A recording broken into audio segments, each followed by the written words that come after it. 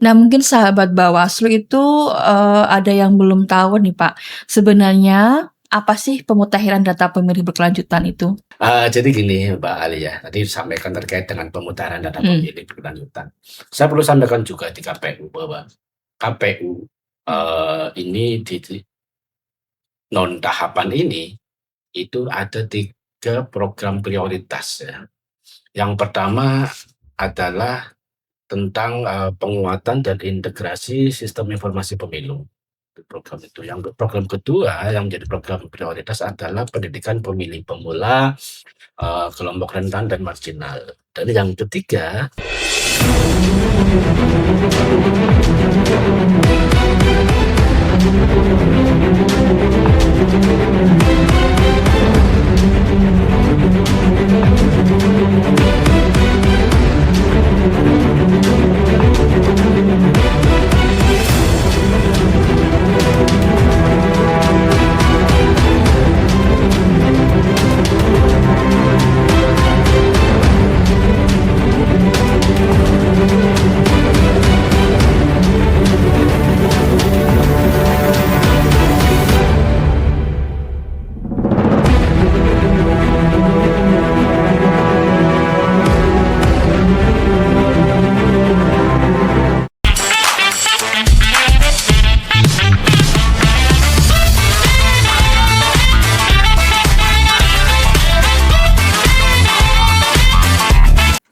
Assalamualaikum warahmatullahi wabarakatuh. Waalaikumsalam Halo sahabat Bawaslu, ketemu lagi di Ngopi Pahit, ngobrol pemilu paling ngehits.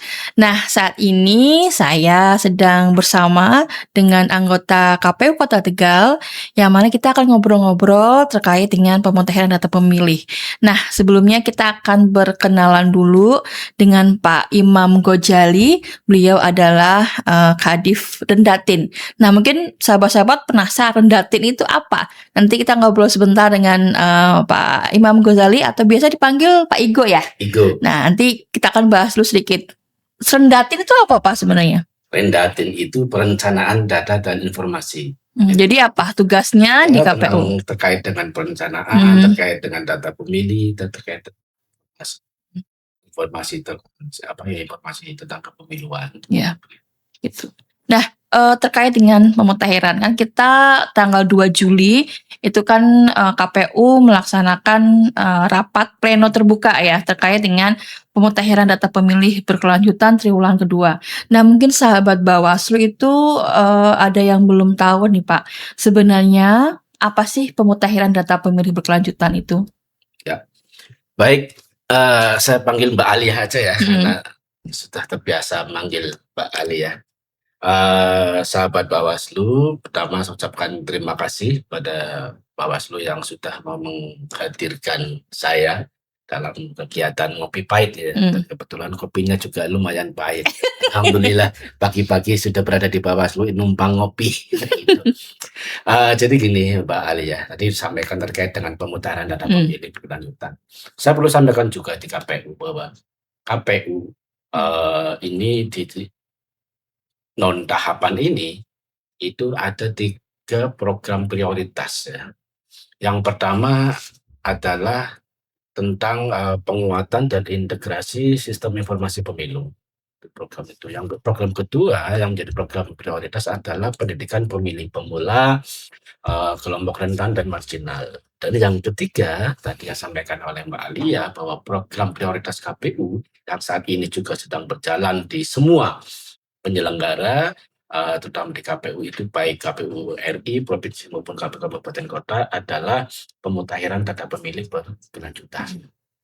Apa sih pemutahiran data pemilih berkelanjutan? Jadi pemutahiran data pemilih berkelanjutan ini adalah kegiatan untuk memperbaharui data pemilih berdasarkan DPT atau daftar pemilih tetap pemilu atau pemilihan yang terakhir dan sudah disinkronisasikan dengan data kependudukan secara nasional maupun luar negeri.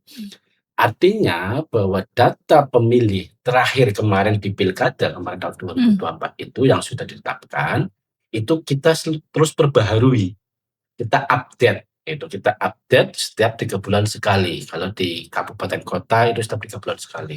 Kita perbaharui mana-mana yang kira-kira ini sudah nggak memenuhi syarat ya masuk daftar pemilih, kita tandai kalau bahasa kami atau kita coret, dan mana-mana warga masyarakat yang memang sudah memenuhi syarat, kita unggah ataupun kita tambahkan menjadi daftar pemilih. Dan tentu juga dengan ini ya, ditambah dengan saran perbaikan dari Bawaslu juga ya, Pak, ya? Betul, itu masukan-masukan. Jadi selain memang data yang kita peroleh dari KPU RI ya, bahan untuk PDPP ini, kita juga mendapatkan masukan dari instansi-instansi terkait, khususnya sesama penyelenggara dalam hal ini Bawaslu, yang setiap 3 bulan sekali itu memberikan masukan kepada kami, masukan data terkait data-data yang mungkin beberapa contoh yang sudah meninggal, yang pindah domisili, yang baru berumur 17 tahun. Dan ini yang sangat penting juga bagi kami. Prinsipnya adalah bagaimana data pemilih ini, walaupun pemilunya masih jauh tahun 2009, tapi kita persiapkan dari sekarang. Dan salah satunya masukan dari Bawaslu tersebut. Nah, Bang Igo tadi kan juga disampaikan, ada yang memenuhi syarat, ada yang tidak memenuhi syarat. Nah, mungkin sahabat Bawaslu ini, belum tahu nih sebenarnya apa sih, apa itu memenuhi syarat, apa itu tidak memenuhi syarat seperti yang tadi Bang Igo sampaikan. Jadi yang namanya pemilih dalam kepemiluan ya, dalam pemilih itu orang yang bisa masuk dalam daftar pemilih itu ketika sudah memenuhi syarat. Syarat untuk bisa terdaftar menjadi pemilih yang pertama adalah tentunya warga negara Indonesia, baik di dalam maupun di luar negeri. Dengan syarat umurnya sudah berumur 17 tahun, ya, berumur 17 tahun atau lebih, atau sudah menikah. Artinya walaupun belum umur 17 tahun, tapi sudah menikah, dia layak atau memenuhi syarat untuk bisa menjadi pemilih. Terus yang kedua tentunya syarat menjadi pemilih adalah, mereka yang tidak menjadi anggota TNI maupun Iya, Polri, itu dia nggak masuk dalam syarat pemilih. Terus masyarakat ataupun warga yang sedang dicabut hak politiknya berdasarkan putusan pengadilan. Jadi intinya adalah bahwa masyarakat atau warga yang memang memenuhi syarat dalam hal ini sudah berumur 17 tahun, inilah yang masuk dalam daftar pemilih. Sedangkan yang tidak memenuhi syarat, tentunya adalah warga yang, mohon maaf, yang sudah meninggal. Yang awalnya dia masuk pemilih, tetapi ketika dalam perjalanannya ternyata dia meninggal, tentunya harus kita coret ataupun kita keluarkan dari daftar pemilih. Terus yang kedua, mereka yang menjadi tentara nasional Indonesia, TNI dan Polri. Terus yang ketiga, mereka-mereka yang tadi kebalikannya, berarti belum berumur 17 tahun dan mereka yang pindah domisili. Oh, jadi misalkan dari keluar.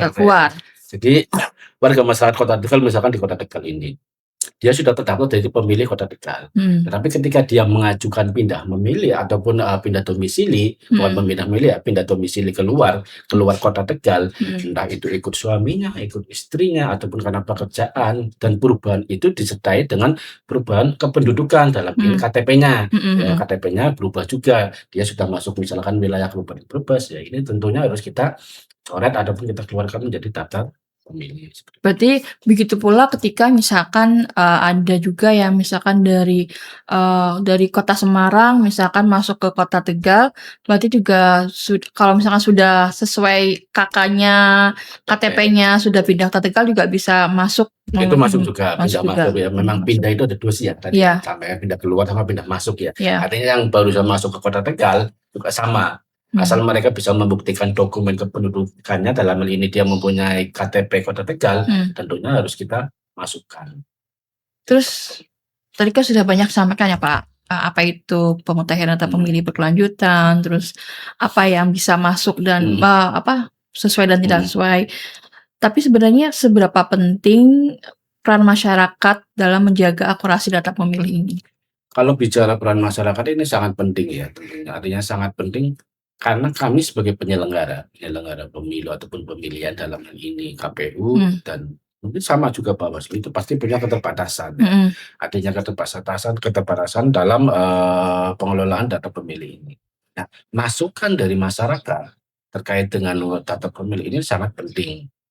Pertama, harapannya apa? Harapannya bahwa masyarakat ini dia ikut peduli juga Mhm. terhadap proses kegiatan ataupun program pemutaran data pemilu berkelanjutan ini yang Mhm. sedang dijalankan oleh KPU, Kota Tegal khususnya maupun KPU kabupaten kota se-Indonesia.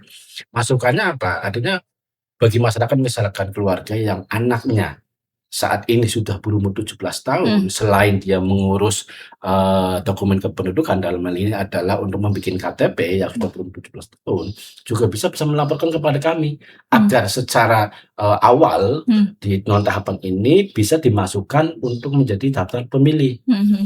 kayak gitu. Ini masukan-masukan seperti ini sangat berguna, artinya jangan sampai hanya menunggu nanti pada saat mau pemilu, pada saat Mhm. mau penyusunan daftar pemilih tahun 2019 itu baru didata. Tetapi sedini mungkin ketika memang sudah memenuhi syarat untuk bisa terdaftar menjadi pemilih, bisa laporan kepada kami. Itu yang berumur 17 tahun. Mhm.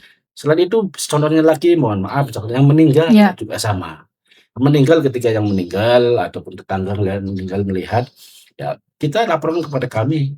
Itu bisa juga akan, kita keluarkan dari daftar pemilih. Nah, Mhm. masukan-masukan seperti inilah dari masyarakat ini yang tentunya harapannya bahwa data pemilih ini pastinya akan lebih akurat lagi, Mhm. ya kan. Artinya, kita kita semuanya mungkin meng-cover, baik itu penyelenggara KPU Kota Tegal ini meng-cover semua warga, pasti ada hal-hal yang ketinggalan lah, yang butuh Mhm. Mhm. masukan dari warga masyarakat. Sama juga dengan Bawaslu. Ya. Ketika melakukan pengawasan ya, pengawasan, terhadap kami. Ini juga sama memberikan masukan-masukan data yang memang ternyata di kami memang tidak ada, belum ter-cover. Iya. Nah, masukan-masukan ini yang sangat berguna bagi kami tentunya. Selain itu dari dinas-dinas yang lain misalkan, baik dari TNI, Polri. TNI bisa memberikan masukan kepada kami bahwa misalkan di tahun ini atau TNI yang sudah pensiun. Nah, Mhm. sudah pensiun ini kan dia sudah memenuhi syarat untuk bisa dimasukkan menjadi daftar pemilih. Atau Mhm. ada, apa ya, pendidikan TNI baru misalkan. Iya. Mhm. Nah, mereka yang awalnya warga biasa masuk menjadi tentara nasional Indonesia. Nah, ini Mhm. tentunya awalnya yang dia menjadi pemilih harus kita coret karena Mhm. TNI Polri kan nggak boleh, Iya. nggak punya hak pilih. Mhm. Nah, tadi kan sudah disampaikan terkait dengan, peran masyarakat. Nah, sebenarnya masyarakat ini juga bisa nggak sih, Bang, untuk mengecek nih, misalkan anak saya Mhm. baru 17 tahun sudah bikin Iya, KTP, mungkin awal tahun iya, ya, mau ngecek nih anak saya sudah masuk daftar pemilih atau belum. iya, Nah, itu ada nggak caranya? iya. Ya jadi, bagi warga masyarakat ataupun, semua ya, Mhm. kalau kita pengen tahu bahwa Mhm. apakah nama saya sudah terdaftar atau belum Mhm. ketika memang sudah memenuhi syarat, Mhm. itu bisa dicek di laman, di Google yaitu ya dengan cek Mhm.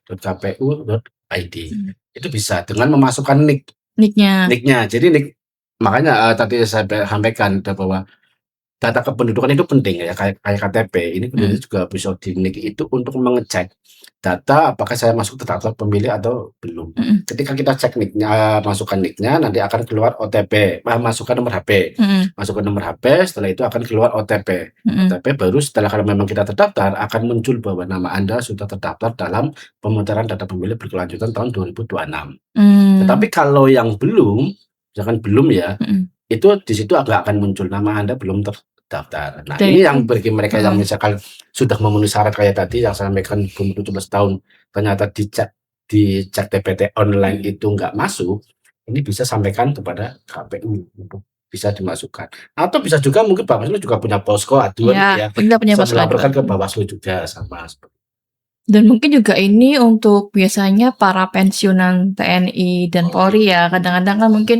kita kan mungkin tidak punya data itu, maka Betul, mungkin bisa dicek mandiri untuk para purnawirawan ya, iya, purnawirawan TNI Polri bisa, cek mandiri apalagi kalau misalkan sudah keluar SK apa, pensiunnya kan juga sudah menjadi sipil ya, Pak? sipil, punya pilih ya. Mhm. Pak Igo, monggo diminum dulu Iya, sebelum kita lanjut. Bismillahirrahmanirrahim. Nah, Mbak Igo, Kalau di KPU itu kan ada yang namanya pencocokan terbatas, COKTAS. Nah, Tes. ada nggak Bang Iko cerita unik terkait dengan proses pemutahiran data pemilih? Apa mungkin cerita tentang pada saat KPU itu COKTAS gitu? Sebelum ke COKTAS, mungkin saya sampaikan dulu ini terkait dengan kegiatan PTPB atau pemutahiran data pemilih berkelanjutan. Ya. Jadi dalam proses pemutahiran data pemilih berkelanjutan ini, bahwa KPU Kota Tegal khususnya itu melakukan kegiatan 4. Yang pertama adalah pengolahan data. Jadi data yang kami peroleh kita akan olah. Dengan cara apa?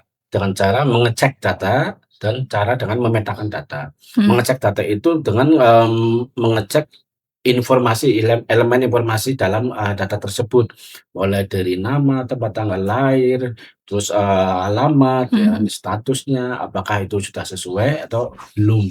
Ya, seperti itu pengecekan data. Terus kedua, pemetaan. Pemetaan itu kita akan pilih mana-mana data ini yang masuk sebagai pemilih baru, mana yang tidak memenuhi syarat, seperti itu pengolahan data. Yang kedua, kegiatan kita KPU Kota Tegal dalam proses pemutahiran data pemilih berkelanjutan itu adalah koordinasi. Nah, koordinasi ini yang tadi Mbak Alia juga sedikit singgung ini. Koordinasi ini kita bisa koordinasi dengan sesama penyelenggara, dalam hal ini adalah Bawaslu, dengan Disduk Capil, terus dengan Polri, TNI, instansi ataupun instansi lain terkait lainnya. Tujuan koordinasi ini salah satunya adalah sebagai upaya untuk mendapatkan masukan. Kayak contoh misalkan sama Bawaslu, hampir setiap 3 bulan sekali, dalam 3 bulan sekali, kita koordinasi sama Bawaslu mungkin hampir 3 atau 4 kali ya, bolak-balik gitu. Ini sebagian dari upaya untuk mendapatkan masukan. Masukannya yang tadi disampaikan oleh Mbak Alia ini ya namanya SARPER, saran perbaikan kami. Sama juga dengan TNI, Polri yang tadi upaya masukannya itu barangkali dari Polri ada masukan bahwa ini ada warga Polri kami yang sudah pensiun ataupun yang baru masuk. Ini koordinasi. Terus yang ketiga ini adalah kegiatan kita adalah pemutahiran. Pemutahiran ini kita setelah data ini kita ada peroleh, masukan sudah ada, data ini kita sandingkan. Kita sandingkan kira-kira yang tidak memenuhi syarat nanti akan kita coret, yang memenuhi syarat kita akan tambahkan dalam pemilih baru. Nah, dalam proses pemutahiran ini, yang terakhir yang keempat adalah rekapitulasi. Nah, saya sedikit bicara tentang pemutahiran. Dalam pemutahiran ini, dalam proses pemutahiran ini, kita juga ada kegiatan yang namanya COKTAS atau coklit terbatas. Kalau dulu dalam tahapan pemilu ataupun pemilihan, itu namanya coklit. Coklit itu dilaksanakan oleh petugas Pantarli ya. Tapi karena ini di non tahapan ataupun tidak ada pemilu, tentunya nggak ada Pantarli. Nah, akhirnya yang melaksanakan coklit itu adalah ya KPU sendiri, dalam hal ini baik komisioner, sekretaris, sama staf KPU lah. Maksud disebutkan sebagai COKTAS ataupun coklit terbatas, ya terbatasnya karena dilakukan oleh hanya beberapa orang, nggak ada petugas khususnya. Karena gitu ya, nggak ada petugas khususnya. Nah, coklit terbatas inilah yang kita laksanakan, tujuannya untuk memastikan data yang kami peroleh, baik itu masukan dari Bawaslu, baik itu dari KPU RI, data yang kami peroleh ini sesuai dengan kondisi yang real yang ada di lapangan. Kondisi fakta di lapangan untuk mencocokkan. Misalkan kami peroleh data meninggal. Ya, kita sampel, kita turun ke lapangan, COKTAS. Kita apakah benar warga tersebut meninggal atau belum. Kebetulan COKTAS kami pun bukan hanya dilaksanakan oleh KPU Kota Tegal ya, artinya bukan oleh teman-teman dari KPU, tetapi dari Bawaslu pun alhamdulillah ikut mengawasi. Nah, sebagai sesama penyelenggara, walaupun tugasnya pengawasan, dia juga ikut menemani kami, membersamai kami dalam itu proses COKTAS. Jadi Bawaslu kami kerja kami juga tetap diawasi sampai ke lapangan ya. Pengawasan melekat. Pengawasan melekat. Jangan sampai menurut Bawaslu ini datanya meninggal tetapi ternyata nggak meninggal, dicoret misalkan ya. Jadi nah, mungkin ya ini ya sama-sama prinsipnya adalah bagaimana data pemilih di Kota Tegal khususnya ini bisa lebih valid, akurat dan mutakhir. Makanya saya juga terima kasih ketika Bawaslu juga menyempatkan waktunya ketika kami melaksanakan COKTAS, mereka mau ikut hadir untuk membersamai. Kemarin terakhir kita sempat bareng-bareng COKTAS ya, kalau nggak salah itu di bulan Mei kalau nggak salah. Iya, Mei. Mei, data yang kita COKTAS, data luar negeri itu kita memastikan apakah warga yang tersebut yang di tempat kami memang masih berada di luar negeri atau sudah pulang. Iya. Alhamdulillah Coktasnya bareng-bareng waktu itu ya, bersama semua, hampir ada berapa, sekitar 20 lah, 20 dari KPU, mungkin dari Bawaslu sama mungkin 20 atau Enggak. berapa, nggak ada nyampe Hanya pokoknya per tim kita ada per gitu. tim gitu ada ya, artinya per tim gitu ada. Ya itulah tujuan Coktas itu untuk memastikan data yang kita peroleh itu sesuai dengan kondisi di lapangan, seperti itu. Kalau bicara tadi apa, Cerita menarik. Maksudnya ada cerita menariknya ya? nggak tahu ini menarik atau enggak ya, tetapi ya pasti tantangan di lapangan juga pasti ada ya. Iya. Ya. Masyarakat saat ini saya juga menurut kami belum begitu tahu bahwa KPU ini ketika tidak ada pemilu ini ada kegiatan, ada program, gitu kan. Artinya mereka tahunya ini ya walaupun mungkin nggak semuanya, tetapi ada beberapa warga masyarakat juga ketika nggak ada pemilu ya mungkin KPU nggak ada kegiatan. Bawaslunya buat gawinnya apa? Gitu ya. Nah ini ya sebenarnya bagian dari juga Coktas juga sekalian sosialisasi ya, memberikan edukasi juga bahwa kita juga nggak ada pemilu pun kita ada kegiatan loh, sama Bawaslu juga ada kegiatan loh. Kalau bicara cerita menarik unik, ya nggak tahu ini dikatakan unik menarik atau apa ya. Cuman salah satu misalkan ini ketika kita datang ke warga, mereka kadang kaget juga.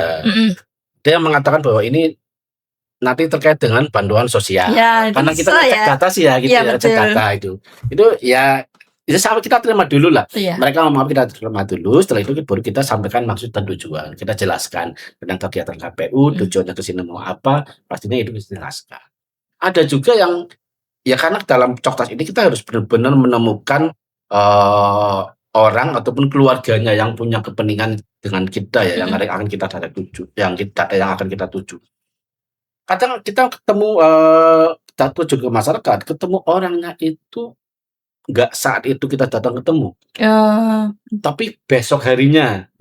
Artinya bolak-balik 3-4 kali ini sudah biasa bagi kami ketika turun ke lapangan, nggak ketemu. Kadang ketemu tetangganya untuk memastikan itu juga mereka nggak berani juga. Nah, kita harus benar-benar ketemu keluarganya. Misalkan yang kemarin data yang luar negeri, yang anaknya di luar negeri, tentunya kita harus ketemu sama orang tuanya, baik ibunya ataupun bapaknya lah. Nah, ketika ketemu warga masyarakat mengetahui bahwa betul anak ini memang di luar negeri, cuman dia nggak berani kita kan ada namanya form ya memberi tanggapan ya, artinya kita butuh validasi ataupun semacam tanda tangan dari mereka lah. Mereka nggak berani tanda tangan. Ya bagaimanapun akhirnya saya harus ketemu sama keluarganya. Sudah itu memang rumahnya sepi terus ya kan. Cuman kebetulan alhamdulillah mungkin dengan ikhtiar kami, usaha kami menemukan jalan, artinya kita bisa menemukan nomor HP-nya.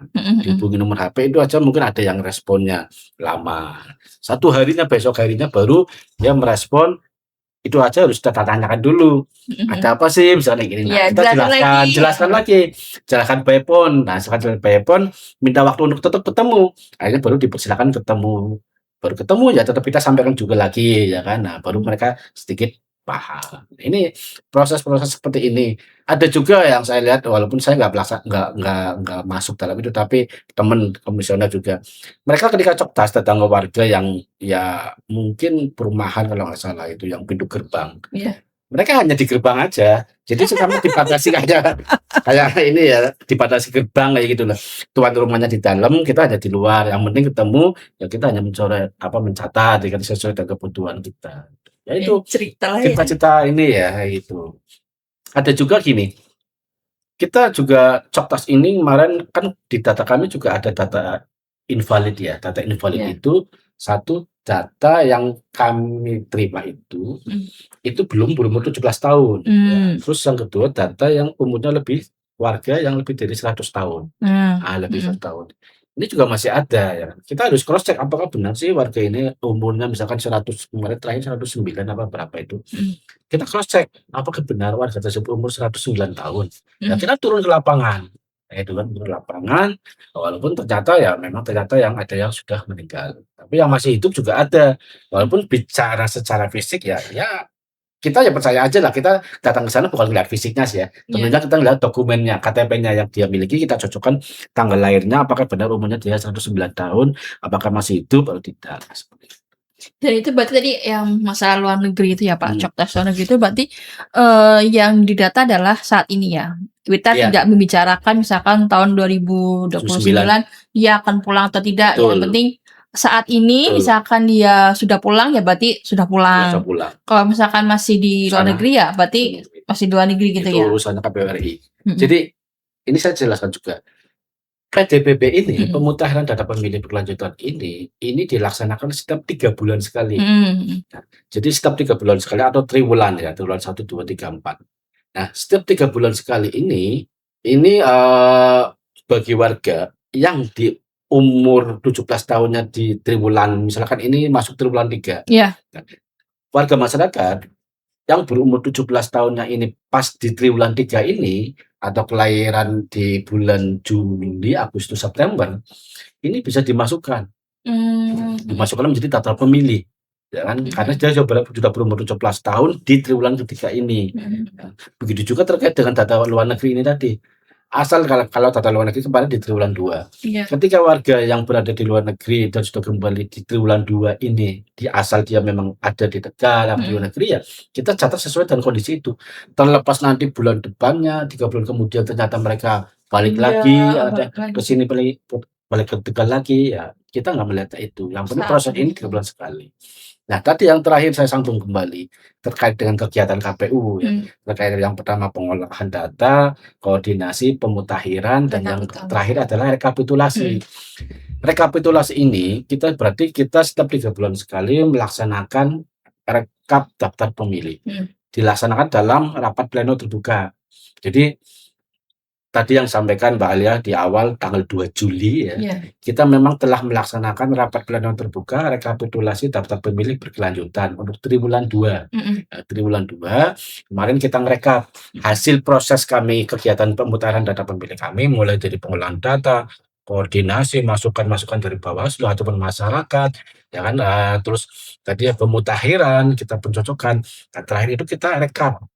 Datanya berapa sih sekarang di triwulan 2 ini, ya kan? Ya, kita sampaikan di rapat pleno terbuka itu dengan mengundang ya terutama Bawaslu, Dukcapil, Kesbangpol, partai juga. Itu setiap 3 bulan sekali pasti akan kita rekap. Jadi data itu akan akan berkembang ya, artinya nggak stagnan. TPD terakhir kemarin daftar pemilih tetap kembang di pilkada, tapi akan terus kita update bahasanya. Mungkin kalau di usaha itu namanya apa ya? Stok opnam kali ya, stok opnam. Misalkan ketika kita dagang ada stok opnam ya. Mungkin stok opnamnya masing-masing setiap bulan, apa 3 bulan, apa setiap tahun. Mungkin mereka yang punya usaha ada yang stok opnamnya setiap 3 bulan sekali. Begitu 3 bulan, kira-kira dalam 3 bulan ini barang yang masuk berapa, barang yang keluar berapa. Ya ini sih hanya untuk contoh aja ya. Tapi sama juga dengan daftar pemilih, setiap 3 bulan kita update, kita perbarui mana-mana aja, mohon maaf, yang misalkan yang sudah tidak memenuhi syarat, yang harus kita coret, yang harus kita keluarkan dari daftar pemilih, ataupun mana-mana yang sudah memenuhi syarat, yang harus kita masukkan menjadi daftar pemilih untuk proses penyusunan pemilu di tahun 2029. Nah, tadi kan sudah disampaikan ya bahwa tanggal 2 Juli itu ada rapat pleno rekapitulasi. Nah, mungkin bisa disampaikan Pak, sebenarnya totalnya sekarang ada berapa? Meskipun saya tahu di KPU juga sudah ditayangkan di sosial media ya terkait dengan hasilnya. Mungkin tapi bisa disampaikan untuk sahabat-sahabat Bawaslu. Jadi kemarin pada acara rapat pleno terbuka kita sampaikan, kita umumkan bahwa untuk pemilih Kota Tegal saat ini di terakhir di bulan Juni, akhir Juni ya, atau triwulan 2 ini tahun 2026 itu sekitar 220.736. 220.736 dengan pemilih laki-laki 110.258, sedangkan pemilih perempuannya 110.478. Ini yang di triwulan 2. Kemarin di triwulan 1 atau di tanggal kalau nggak salah rapat plenonya itu 2 April ya. 2 April kita juga sama rekapitulasi di triwulan 1 itu kemarin kalau nggak salah itu 219.821. Nah, sekarang di triwulan 2 220.736 atau ada kenaikan di daftar pemilih itu sekitar 915. Ya. Jadi awal data pertama yang kita gunakan adalah di DPT terakhir kemarin pilkada di tahun 2024, DPT kita atau daftar pemilih tetap kita kan 212.277, 212.277. Nah sekarang menjadi 220.736. atau ada kenaikan sekitar 8.400 sekian malah nggak salah. Berarti ini ya, datanya itu saling berkaitan, saling Iya. berkesinambungan, tidak yang berdiri sendiri. Berarti kan Enggak. misalkan data triwulan 1 Iya. apa ditambah dikurangi Iya, akhirnya betul. dapatlah yang Data terakhir sekarang KKP. gitu. Jadi itu yang tadi saya sampaikan tadi kayak stok 6 itu ya. Jadi triwulan 1 kemarin misalkan dia angka 219.821. Ternyata perjalanan triwulan 2 ternyata ada beberapa warga yang meninggal dunia, ada yang pindah domisili keluar. Terus ada juga warga yang berumur 17 tahun, ada warga yang pemilih masuk. Kemarin aja di data kami ini tadi ya. Jadi yang memenuhi syarat yang pemilih masuk sama yang keluar ini ya ini kan nanti kan tinggal dihitung. Terakhir kemarin data pemilih berapa ditambahkan yang pemilih baru, nanti dikurangi yang pemilih baru atau yang pemilih yang memenuhi syarat, nanti baru dikurangi yang tidak memenuhi syarat kayak yang meninggal, pindah keluar kayak gitu, pindah domisili keluar ya, keluar Kota Tegal. Baru terakhirnya adalah hasilnya dari perhitungan tadi. Kemarin aja contoh kemarin di data kami ini ada triwulan 2 ya, triwulan 2. Kalau saya boleh sampaikan di data di forum ini, triwulan 2 kemarin ini untuk pemilih barunya itu ada 2.121, 21. Sedangkan pemilih yang tidak memenuhi syarat itu ada 1.206 kalau nggak salah, 1.206. Itu pemilih yang tidak memenuhi syarat. Pemilih tidak memenuhi syarat itu ya yang tadi yang meninggal, pemilih ganda, kemarin yang ada di triwulan 2 ya, terus pemilih yang pindah domisili keluar, sama warga negara asing. Oh, ada warga juga. negara asing. Jadi ini juga sama tadi yang saya sampaikan nih warga negara asing. Jadi itu kami cek datanya ternyata ada pemilih yang tidak memenuhi. Kalau warga negara asing berarti kan dia nggak berhak memilih di sini ya kan. Nah, ini harus kita coret. Cuma kita pengen memastikan apakah benar warga ini adalah warga negara asing kan gitu. Nah, inilah yang saya maksud dengan tadi Coktas, kita langsung turun ke lapangan untuk memastikan bahwa data tersebut sesuai dengan yang kita punya kondisi real di lapangan. Walaupun warga negara asing itu satu, kebetulan itu ada di Kelurahan Kemandungan kalau dekat ya Bang? sini dekat warga Jepang. Oh, Jepang. Warga Jepang. Kita datang ke kelurahan menanyakan Pak Lurah, Pak, betul ada warga atas nama ini ya kan, dan dia masih berkeluarga negara Jepang gitu. Nanti dicek di datanya Pak Lurah, di situ disodorkan ada KTP-nya ya kan, KTP, tapi nanti saya jelaskan. Tapi disampaikan bahwa betul ada warga ini, cuman kebetulan dia sudah meninggal. Memang betul ada warga negara asing Jepang atas nama Futu siapalah itu saya lupa. Cuma memang sudah meninggal. Nah, saya penasaran tadi dia kok memiliki KTP. Walaupun KTP-nya memang beda, artinya beda di identitasnya itu, elemen identitasnya khususnya di statusnya, status pernikahannya. Biasanya kan status pernikahannya kawin. Dia pakainya bahasa Inggris, married. Married. Terus yang kedua terkait dengan kelamin ya. Itu juga biasanya kan laki-laki atau perempuan. Ini male dan female itu statusnya. Tapi di kewarganegaraannya juga beda. Memang di situ tertulis kalau kita warga negara pasti kewarganegaraan WNI, warga negara Indonesia. Tapi kalau yang di KTP-nya orang Jepang itu memang tulisannya memang Japan kalau nggak salah, warga negara Jepang apa Japan waktu itu.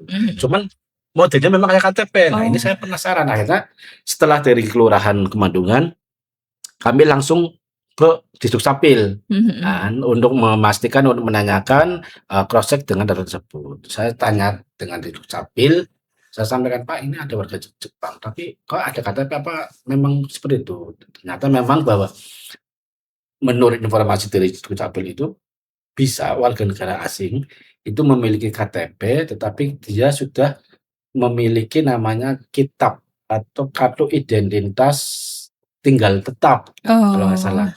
Asal itu, tapi ketika dia sudah punya kitab atau identitas tinggal tetap itu baru dia bisa ada memiliki KTP, walaupun KTP tapi kayak semacam surat keterangan domisili ya. Jadi bagi menurut Disdukcapil sih menurut saya ini bagian dari keterangan domisili lah. Tapi tetap kewarganegaranya adalah warga negara asing gitu, misalnya seperti itu.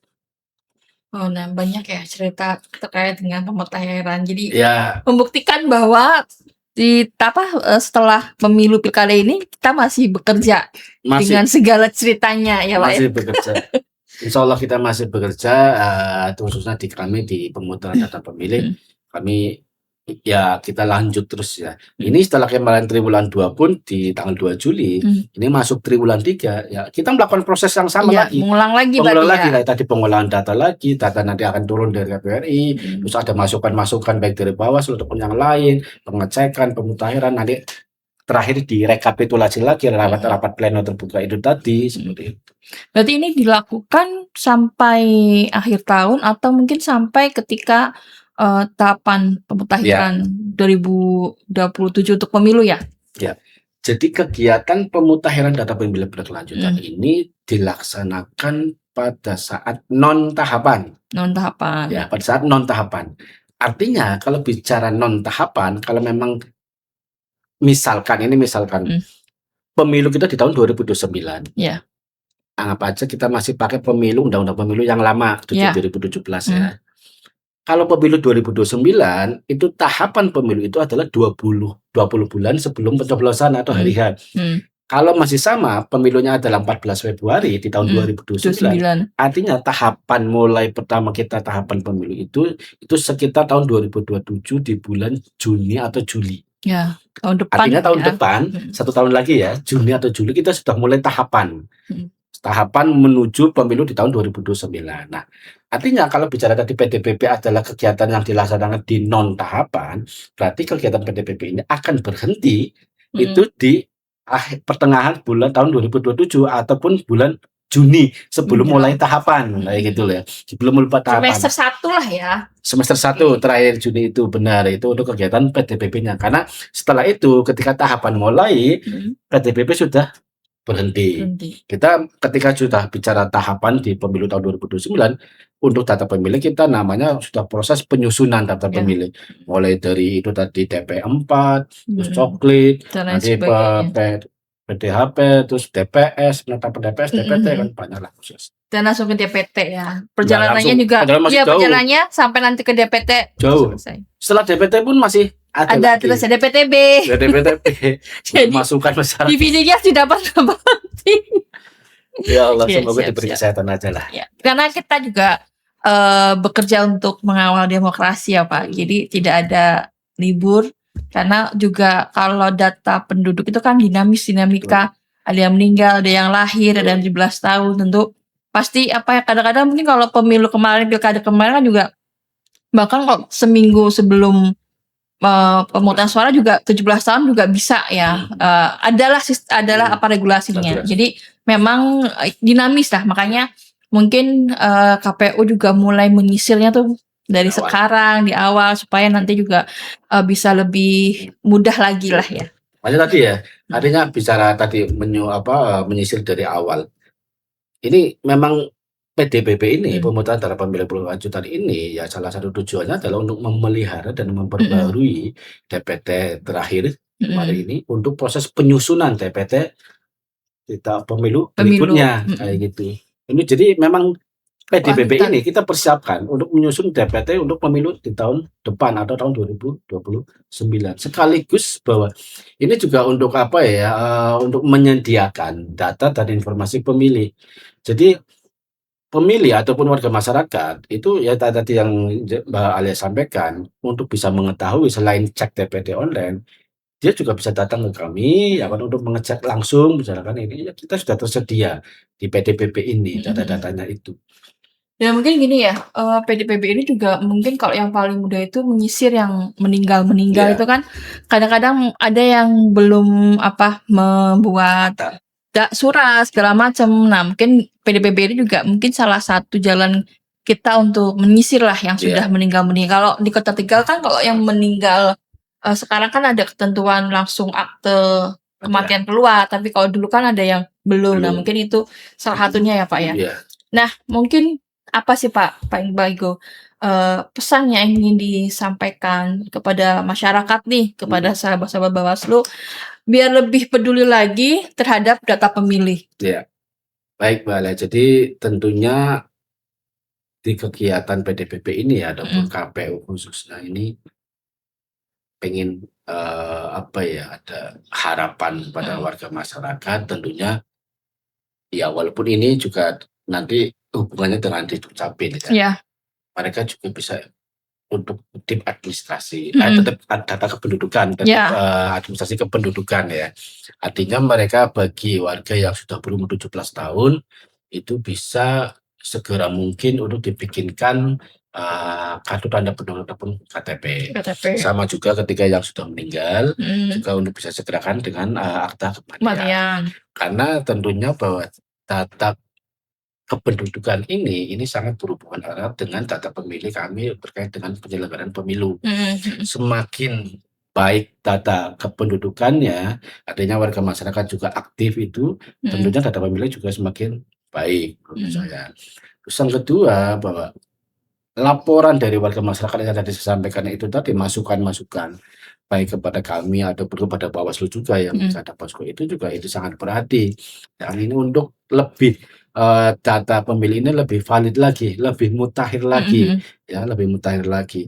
Jangan sampai proses penyusunan data pemilih ini hanya pada saat nanti di tahun 2029. Iya. Jangan, karena memang kita ada kegiatan PTPP ya memang tujuannya untuk mempersiapkan penyusunan daftar pemilih untuk pemilu tahun 2029. Mhm. Masyarakat saya sangat berharap untuk bisa ikut aktif juga yang memberikan laporan kepada kami terhadap memang data-data yang disampaikan tadi yang memenuhi syarat ataupun yang tidak memenuhi Mhm. syarat. Warga yang sudah berumur 17 tahun bisa masukkan laporan kepada kami, yang sudah meninggal, pindah domisili, ataupun apa bisa laporan kepada kami. Kalau nggak bisa datang langsung, mungkin bisa lewat di chat pribadi, lewat Paduan bisa. aduan berapung bisa. Ya banyak lah ya, mungkin sahabat-sahabat Bawaslu bisa juga melihat informasinya di laman KPU ya, di Bawaslu juga ada posko aduan, banyak cara untuk bisa memudahkan masyarakat untuk mengecek dan untuk bisa menginformasikan terkait apabila ada perubahan data pemilih. Nah, Prinsipnya gini Mbak Ali, gimana? artinya ini saya sampaikan juga, mumpung ini kesempatan kepada sahabat Bawaslu, masyarakat Tegal, kami penyelenggara dalam hal ini KPU dan juga mungkin sama Bawaslu, bahwa di non tahapan ini ataupun ketika pemilunya masih di tahun 2029, kita ada kegiatan yang namanya itu tadi pemutakhiran data pemilu berkelanjutan. Iya. Yang tujuannya biar data pemilih ini tentunya akan lebih komprehensif, lebih valid, lebih mutakhir ya. Data pemilih ini kita akan selalu update setiap 3 bulan sekali yang saya sampaikan, itu untuk proses penyusunan di pemilu tahun 2029. Dan ini juga sebenarnya sudah dimulai dari 2025 ya, Ya. semester 2 ya. Semester triwulan 2. Triwulan 2 sudah dimulai. Jadi bukan hanya tahun ini tapi juga sudah dimulai di 2025 triwulan kedua. Nah, tadi kita sudah bahas lumayan banyak ya, dan mudah-mudahan ini juga menjadikan informasi untuk sahabat-sahabat Bawaslu. Menurut Bang Igo nih, kalau boleh memilih satu kata untuk menggambarkan pentingnya data pemilih, apa katanya? Satu kata. Jantung. Jantung, kenapa jantung? Iya, kalau ibarat kalau manusia, jantung ini kan organ vital yang sangat penting ya. Yeah. Jantung ini kan yang untuk memompa darah ke seluruh tubuh. Begitu juga data pemilih. Data pemilih ini sangat penting. Ketika data pemilih ini berantakan, ini pemilu akan berantakan. Karena hubungannya apa? Data pemilih kan hubungannya terkait dengan logistik ya kan, salah satunya itu logistik, tentang TPS, tentang badan ad hoc juga. Ini kan sangat berpengaruh. Artinya ketika data pemilih ini nggak sesuai, nanti akan mempengaruhi logistik juga. Semua logistiknya berantakan, ya sama juga potensi ya, peluang untuk terjadinya kecurangan itu akan ada ketika logistiknya ini sudah nggak sesuai. Potensi untuk kecurangan ini akan sesuai. Bisa sama juga ketika bicara misalkan yang meninggal. Ya, ketika kami tidak akurat untuk mendata, ternyata warga yang meninggal ternyata masih masuk di kami, ya, bisa aja data itu digunakan. Nah, ini yang akhirnya jadi pemilu ini tentunya tidak bisa berkualitas lah.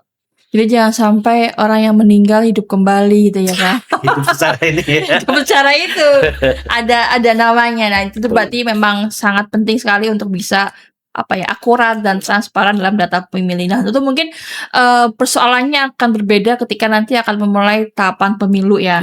Tentu itu kita harus bikin podcast sendiri ya Bang ya. Mudah-mudahan bisa bertemu lagi. Amin, pastinya. kita banyak pembicaraan kalau misalkan di pemilu itu ada data ganda, ada pemilih yang sudah meninggal dan lain sebagainya. Nah, itu mungkin nanti kita simpan untuk ketika tahapan pemilu. Nah, terima kasih Bang Igo, Sama-sama, Mbak Pak Alia. Kadif atas waktunya sudah memberikan banyak sekali informasi kepada sahabat Bawaslu. Nah, sahabat Bawaslu jangan lupa untuk ngecek. Coba sekarang diambil handphonenya, dicek DPT online KPU di Google, maka cek apakah sahabat Bawaslu ini sudah masuk dalam data pemilih atau belum. Kalau belum, silakan untuk melaporkan ke posko aduan Bawaslu maupun ke KPU. Ya, supaya apa? Supaya nanti sahabat Bawaslu bisa masuk ke dalam data pemilih, pemutahiran data pemilih berkelanjutan. Terima kasih, Mbak Igo. Nah, Sama-sama. biasanya kita kalau untuk mengakhiri podcast kita akan tagline-nya Bawaslu. Kita akan tagline dulu.